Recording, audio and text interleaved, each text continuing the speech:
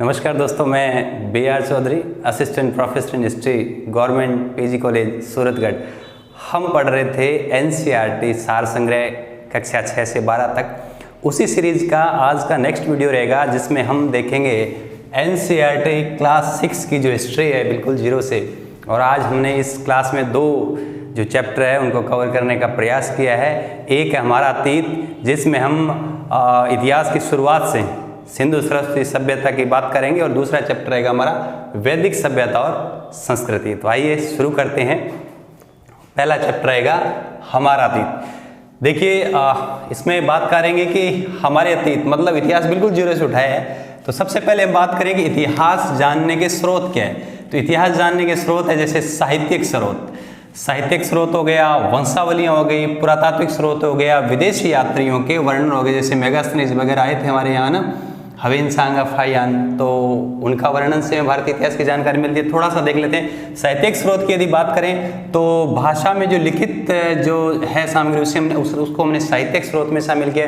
वंशावलियों की बात करें तो हमारे जो भाट लोग होते हैं ना, भाट लोग, वो वंशावलियाँ लिखते हैं, गाते हैं, है ना, सबका इतिहास अपने पास लिखते हैं, है ना। भाइयों में तो वो वंशावलियाँ हो गई। पुरातात्विक में आ जाएगा महल, सिक्के, ताम्रपत्र, शिलालेख, जैसे हम पढ़ते हैं प्राचीन भारत के इतिहास में अशोक के शिलालेख वगैरह पढ़ते हैं, तो वो भी इतिहास जानने के स्रोत है। विदेशी यात्रियों की जैसे अपन बात करें तो जैसे अपन बात कर लें मेगास्थनीज की बात कर लें, जैसे हम बात कर लेंगे फाहियान की जो चाइना से आया था, तो इस तरीके से, और हवेनसांग की बात कर लेंगे वो भी चाइना से आया था। तो ये सारे तमाम जो स्रोत है इतिहास जानने के स्रोत है। तो कौन से हो जाएंगे? साहित्यिक स्रोत, वंशावलियाँ जो भाट गाते हैं, पुरातात्विक जिसमें महल, शिलालेख, ताम्रपत्र, सिक्के आ जाएंगे, विदेशी यात्रियों के वर्णन जो विदेशी यात्री भारत में आए, तो इनसे हमें इतिहास की जानकारी मिलती है। फिर हम बात करेंगे प्रागैतिहासिक काल। देखिए, इतिहास तीन तरीके से हम लोग पढ़ते हैं: प्रागैतिहासिक काल, आद्य ऐतिहासिक काल और ऐतिहासिक काल। प्रागैतिहासिक काल का मतलब हो गया जिस काल में मनुष्य पढ़ा लिखा नहीं था, उसे हम पाषाण काल भी कहते हैं कि उस काल में मनुष्य ने पत्थरों के औजार हथियारों का प्रयोग किया। प्रागैतिहासिक काल के बाद आ जाएगा आपका आद्य ऐतिहासिक, जिस काल में मनुष्य थोड़ा आगे की अवस्था है। मनुष्य पढ़ा लिखा तो था, उसने कुछ लिखा भी था, लेकिन हम उसको समझ नहीं पाए, जैसे हमारी सिंधु घाटी की सभ्यता। उसके बाद तीसरा आ जाए ऐतिहासिक काल, जिसमें मनुष्य पढ़ा लिखा भी था, उसने कुछ लिखा, इसको हम समझ भी पा रहे हैं, तो 600 BC के बाद का काल। तो तीन तरीके के शब्दावली आपको याद रखनी है। प्रागैतिहासिक काल, फिर आया आद्य ऐतिहासिक काल, और उसके बाद आया ऐतिहासिक काल। खास बात, प्रागैतिहासिक काल के अंदर मनुष्य पढ़ा लिखा नहीं था। आद्य ऐतिहासिक काल में मनुष्य पढ़ा लिखा था, मतलब उसने लिपि लिखी, लेकिन हम नहीं पढ़ पाए। ऐतिहासिक काल में मनुष्य पढ़ा लिखा था, उसने लिपि लिखी और हम भी उसको पढ़ पाए। तो प्रागैतिहासिक काल, आद्य ऐतिहासिक, ऐतिहासिक काल, मतलब प्रागैतिहासिक काल में मनुष्य पढ़ा लिखा नहीं था। आद्य ऐतिहासिक काल में वो मनुष्य पढ़ा लिखा था, उसने कुछ लिखा, लेकिन हम नहीं समझ पाए। ऐतिहासिक काल में मनुष्य पढ़ा लिखा था, उसने कुछ लिखा और हम समझ भी पाए। तो ये तीन तरीके की, है ना, अपने को शब्दावली याद रखनी है। सबसे पहले प्रागैतिहासिक काल की बात करें, है ना, इस काल का जो आदि मानव था, मानव की जो शुरुआत की अवस्था आदि मानव, इस काल में मनुष्य पढ़ा लिखा तो था नहीं, पेड़ों पर रहता था, गुफाओं में रहता था, कंदराओं में रहता था। तो प्रागैतिहासिक काल में जो आदि मानव था वो पत्थर के औजार और हथियारों का प्रयोग करता था, इसलिए प्रागैतिहासिक काल को पाषाण काल भी कहते हैं। पाषाण का मतलब पत्थर। हम यदि बात करें, मानव ने यदि किसी धातु की खोज की तो सबसे पहले तांबा की खोज की, तांबे के बाद जस्ता की खोज की, जस्ता के बाद सीसा की खोज की। एग्जाम में सवाल पूछा था मनुष्य ने जिस धातु का सबसे पहले प्रयोग किया, तो वो धातु कौन सी थी? तांबा। नेक्स्ट हम बात करेंगे सिंधु सरस्वती सभ्यता की। देखिए, सिंधु सरस्वती सभ्यता की यदि हम लोग बात करें तो ये जो भारत का मानचित्र देख रहे हो, ये वाला पाकिस्तान और भारत का ये वाला जो बेल्ट है ना, पाकिस्तान और भारत का ये वाला बेल्ट, पंजाब के आसपास वाला बेल्ट है ना, सिंधु और उसकी 7 सहायक नदियाँ, इस बेल्ट में एक सभ्यता पनपी सिंधु और सरस्वती नदी के किनारे, इसको नाम दिया गया सिंधु सरस्वती सभ्यता। देखिए, सिंधु सरस्वती जो सभ्यता थी उसमें टाउन प्लानिंग, नगर नियोजन बहुत बढ़िया था और उत्तम जल निकासी व्यवस्था थी। मतलब एक तो जो टाउन प्लानिंग, नगर नियोजन बहुत बढ़िया था और जल निकासी की व्यवस्था बहुत उत्तम थी। तो इस वजह से सिंधु घाटी सभ्यता, सिंधु सरस्वती सभ्यता दुनिया में जानी जाती है। नेक्स्ट हम बात करें इस सिंधु सरस्वती सभ्यता की सबसे पहले खोज हुई थी 1921 में हड़प्पा के जो मोंटगोमरी जिला पाकिस्तान में रावी नदी के किनारे पर है, और दयाराम साहनी ने की। तो सबसे पहले सिंधु सरस्वती सभ्यता की खोज 1921 में किसने किस स्थल की सबसे पहले स्थल खोजा गया? हड़प्पा, HR है। पाकिस्तान में रावी नदी के किनारे DR सानी ने। अगले ही साल 1921 को, अगले साल 1922 में मोहनजोदड़ो खोजा गया सिंध प्रांत में सिंधु नदी के किनारे RD बनर्जी। याद कैसे रखना? सबसे पहला खोजा गया, मतलब पीछे क्या आ रहा है? एक आ रहा है। कौन खोजा गया? H हड़प्पा खोजा गया। रावी नदी के किनारे खोजा गया DR साहनी। फिर 1921 में एक आ रहा है, अगले तो 22 में दूसरा खोजा गया H के बाद M मोहनजोदड़ो। भाई H पहले आ रहा है, M बाद में आ रहा है ना अल्फाबेटिकली क्रम में। तो ये सिंधु नदी के किनारे है। देखिए ये हड़प्पा खोजा RD बनर्जी, तो ये बाद में खोजा गया मोहनजोदड़ो, तो इसको सॉरी हड़प्पा DR साहनी, तो उसका 21 में हड़प्पा खोजा गया DR साहनी। D पहले आता है और बाद में साहनी। अब सेकंड है 1922 2 आ गया, मोहनजोदड़ो खोजा गया सिंधु नदी के किनारे पाकिस्तान में है, उसको ऐसे कर दो RD बनर्जी, है ना। पहले DR क्योंकि D पहले आता है, फिर मोहनजोदड़ो में उल्टा कर दो RD बनर्जी, याद रह जाएगा। इस सभ्यता के समकालीन सभ्यता, हिंदुस्तान में ये सभ्यता थी, इस बेल्ट में थी, है ना, सिंधु सरस्वती सभ्यता। इसके समकालीन दुनिया में कौन सी सभ्यता थी?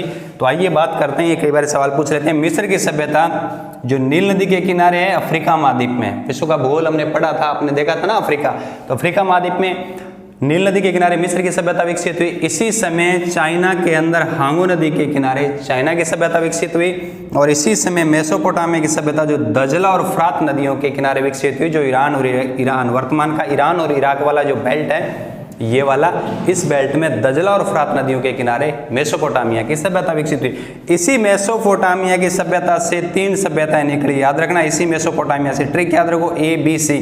A से असीरिया की सभ्यता, B से बेबीलोनिया की सभ्यता, C से सुमेरिया की सभ्यता। तो मेसोपोटामिया से 3 निकली, ABC, है ना, असीरिया, बेबीलोनिया और सुमेरिया की सभ्यता।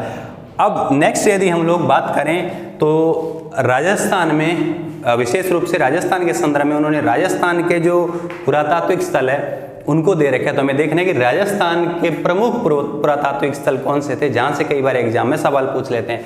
तो ये मैंने राजस्थान का मानचित्र के माध्यम से बताने का कोशिश की है। तो देखो राजस्थान के अंदर, देखो वो राजस्थान का मानचित्र है, ये वो हनुमानगढ़ जिले है। हनुमानगढ़ जिले के अंदर कालीबंगा सभ्यता बहुत फेमस है। कालीबंगा सभ्यता राजस्थान के हनुमानगढ़ जिले के अंदर है, और किस नदी के किनारे है? घग्गर नदी के किनारे। और याद रखना कालीबंगा सभ्यता की खोज किसने की थी, है ना, अमलानंद घोष। RS में पूछा गया सवाल है, किसने की? अमलानंद घोष, याद रह जाएगा। फिर बात करें सिक्कर की, देखो सिक्कर में नीम का थाना, और नीम का थाना में गणेश्वर सभ्यता, सिक्कर में कांटली नदी के किनारे। खास बात, इस सभ्यता ने बोला है ताम्र सभ्यताओं की जननी। नेक्स्ट जयपुर की बात करना बहुत इंपॉर्टेंट है। जयपुर में बैराट की सभ्यता, जयपुर में है जो बाणगंगा नदी के किनारे है, अशोक का बाबरू शिलालेख मिला है, बहुत इंपॉर्टेंट है। जयपुर में बैराट की सभ्यता, बाणगंगा नदी के किनारे, अशोक को बाबरू शिलालेख मिले है। पांडवों ने अपना अज्ञातवास यहीं विराट नगर के राजा विराट के यहाँ बिताया था, मत्स्य जनपद की राजधानी थी। नेक्स्ट भरतपुर में यदि बात करा, नोहे में याद रखिए पक्षी चित्रित ईंट मिली है। ईंट पर पक्षी का चित्र है, तो पक्षी चित्रित ईंट नोह कहाँ है? भरतपुर। बात करा भीलवाड़ा में बागोर की सभ्यता, भीलवाड़ा में कोठारी नदी के किनारे है, तो भीलवाड़ा में बागोर की सभ्यता कोठारी नदी के किनारे। उदयपुर की 2 सभ्यता बहुत इंपॉर्टेंट है। उदयपुर में आहड़ की सभ्यता, जो उदयपुर के आयड़ और बेड़च नदी के किनारे, आयड़ और बेड़च एक ही नदी है, आयड़ या बेड़च नदी के किनारे आहड़ सभ्यता। खास बात, इस आहड़ सभ्यता को ताम्रवती सभ्यता के नाम से भी जानते हैं। दूसरी सभ्यता बालाथल सभ्यता, वो भी कहाँ है? उदयपुर। नेक्स्ट राजसमंद में गिलुंड सभ्यता, राजसमंद में गिलुंड के अलावा पचमाता सभ्यता है, बहुत इंपॉर्टेंट है। पचमाता सभ्यता राजसमंद में, यहाँ क्या मिला है? नक्काशीदार जार और सीप की चूड़ियाँ और शंख। तो सीप की चूड़ियाँ, शंख और नक्काशीदार जो है जार, पचमाता सभ्यता राजसमंद में। नेक्स्ट यदि यहाँ पर बात करा तो हमारे अतीत से जुड़े कुछ MCQ की मैंने दिए हैं। देखिए पचमाता की सभ्यता कहाँ है? आंसर आपको बताना है, कमेंट में लिखना है। अशोक का बाबरू शिलालेख कहाँ मिला है? कमेंट में बताना है। ताम्रवती सभ्यता किसे कहते हैं? बागोर की सभ्यता कहाँ है? आहड़ सभ्यता किस नदी के किनारे? नेक्स्ट यदि हम लोग बात करें, दूसरा चैप्टर रहेगा वैदिक सभ्यता और संस्कृति। तो देखो वैदिक सभ्यता और संस्कृति को समझने से पहले भारत के मानचित्र में देखो, जड़े सिंधु घाटी सभ्यता आई है ना, वर्तमान का पंजाब वाला बेल्ट, सब सिंधु प्रदेश, सिंधु और उसकी सहायक नदियां, तो इसी बेल्ट में सिंधु घाटी सभ्यता के बाद में जो सभ्यता आई वो सभ्यता थी वैदिक सभ्यता व संस्कृति, क्योंकि इनके निर्माता तो थे आर्य और जानकारी मिलती है वेदों से, और वेद में एक प्रत्यय जुड़ गया, बन गया वैदिक, तो वैदिक सभ्यता इसलिए कहा गया इनकी जानकारी मिलती है वेदों से। तो आइए बात करते हैं वैदिक सभ्यता की बात करा तो वैदिक सभ्यता का टाइम पीरियड 1500 लेकर 600 BC, मतलब बिफोर कॉमन एरा, ईसा पूर्व, ईसा से पहले की बात है। ये सभ्यता ग्रामीण सभ्यता थी, याद रखिए सिंधु घाटी सभ्यता नगरीय सभ्यता थी, ये कौन सी है, ग्रामीण सभ्यता, गांव। वैदिक सभ्यता ने सही ढंग पर नवास ने दो भागा बांट लिया, एक तो पूर्व वैदिक काल और एक उत्तर वैदिक काल। पूर्व वैदिक काल मतलब 1500 से लेकर 1000 BC का, उत्तर वैदिक काल 1000 से लेकर 600 BC का। पूर्व वैदिक काल को ऋग्वैदिक काल भी कहते हैं, क्योंकि इस काल की जानकारी मिलती है ऋग्वेद से, और बाकी को उत्तर वैदिक काल कहते हैं, इनकी जानकारी मिली है वेद शेष वैदिक जो साहित्य उससे उत्तर वैदिक काल की जानकारी मिलती है। वेद कितना है, वेद 4 है, याद रखिए, ऋग्वेद, यजुर्वेद, सामवेद, अथर्ववेद। तो ऋग्वेद, यजुर्वेद, सामवेद, अथर्ववेद। ऋग शब्द ऋग से बना है, ऋग मतलब ऋचा, इसमें ऋचाएं है मतलब श्लोक है। जो अपन गायत्री मंत्र जो पढ़ते हैं वो गायत्री मंत्र ऋग्वेद से लिया गया है। नेक्स्ट यजुर्वेद, य से यजुर्वेद, य से यज्ञ, यज्ञ विधि विधान का वर्णन कहाँ है, यजुर्वेद में। नेक्स्ट है सामवेद, अरे शब्द आ गया साम, अरे शाम ने आपा मंदिर में पूजा आरती अर्चना करते हैं, भजन करते हैं, तो शाम को गाते हैं, तो यहाँ शाम को गायन विद्या, गायन विद्या से संबंधित है। स्वर का उद्भव सामवेद से माना जाता है, भारतीय संगीत का जनक माना जाता है सामवेद। ये 3 वेद आर्यों से संबंधित है, इसलिए इसे वेद त्रयी कहा गया। और चौथा वेद है अथर्ववेद, इसका संकलन किया था अथर्वा ऋषि ने, इसलिए अथर्ववेद। इसमें अनार्य रीति रिवाज है, मतलब रोग चिकित्सा जादू टोना आदि का वर्णन है। तो इन तीनों को कहा गया वेद त्रयी, क्योंकि आर्यों से संबंधित है, और वो वाला हो गया अनार्यों से संबंधित। वेदों की संख्या 4। नेक्स्ट यदि बात करें वैदिक संस्कृति में क्या मामला था, इसकी विशेषताएं, तो संयुक्त परिवार थे, सारे एक साथ रहते थे, बड़े बड़े कबीले टाइप से थे, एक कबीले में 40, 50, 100, 200 लोग रहते थे, संयुक्त परिवार था। शिक्षा कैसी थी, नैतिक शिक्षा और आध्यात्मिक शिक्षा दी जाती थी। महिला मतलब नारी की स्थिति बहुत अच्छी थी। 16 संस्कार इस काल में आगे थे। आश्रम व्यवस्था थी, आश्रम 4 थे। पुरुषार्थ भी कितने थे, 4, याद आया, धर्म, अर्थ, काम और मोक्ष। वसुदेव कुटुंबकम की अवधारणा इस काल में प्रचलित थी, पूरा संसार हमारा परिवार है। नेक्स्ट यदि बात करें, यहाँ शिक्षा दी जाती थी, कहाँ, गुरुकुल में शिक्षा दी जाती थी। लड़के और लड़की दोनों शिक्षा प्राप्त करते थे। माध्यम कौन सा था वैदिक काल में, क्योंकि आर्यों की भाषा संस्कृत है, तो संस्कृत इनका माध्यम था। क्या लक्ष्य था वैदिक काल में, शिक्षा का लक्ष्य क्या था, बौद्धिक और आध्यात्मिक विकास, है ना, बौद्धिक, बुद्धि और अध्यात्म का विकास, ये इनका मूल लक्ष्य था वैदिक काल में।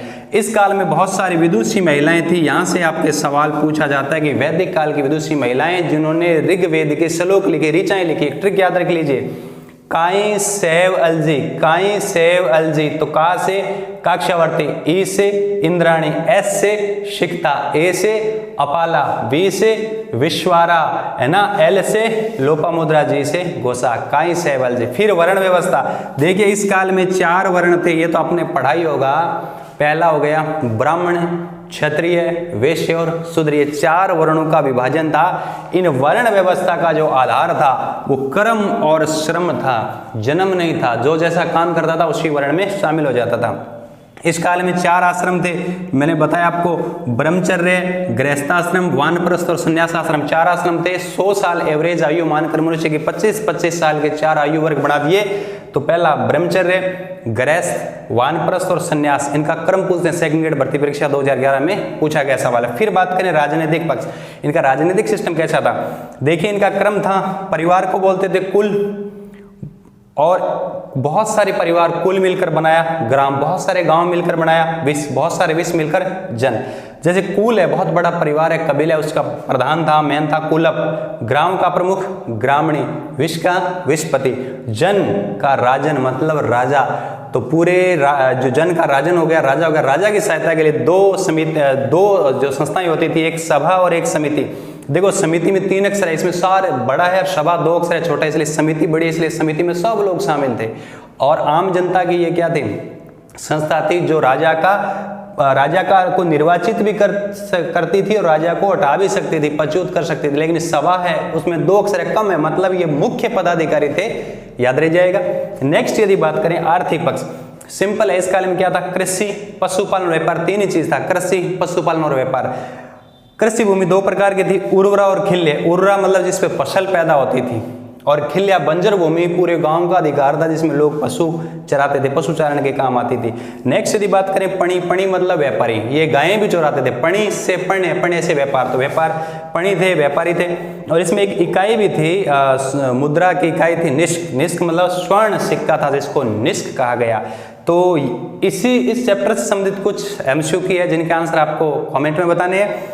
पहला है सबसे प्राचीन वेद कौन सा है, दूसरा वेदों की संख्या बतानी है, तीसरा संस्कारों की संख्या, चौथा वानप्रस्थ आश्रम की आयु वर्ग कहां से कहां तक वानप्रस्थ वाला था। फिर हम बात करें, देखिए ये जो है वैदिक जो लोग हैं भारत के नहीं थे, बाहर से थे, मध्य एशिया से आए थे भारत में। कहां से आए थे, मध्य एशिया से भारत में आए थे। कहां से आए थे, ये पाकिस्तान में खैबर दर्रा है ना, ये वाला, ये देखिए दर्रा, खैबर दर्रा से आर्य भारत में थे। दर्रा क्या होता है, 2 पहाड़ों के बीच तंग मार्ग को बोलते हैं दर्रा, इंग्लिश में पास बोलते हैं।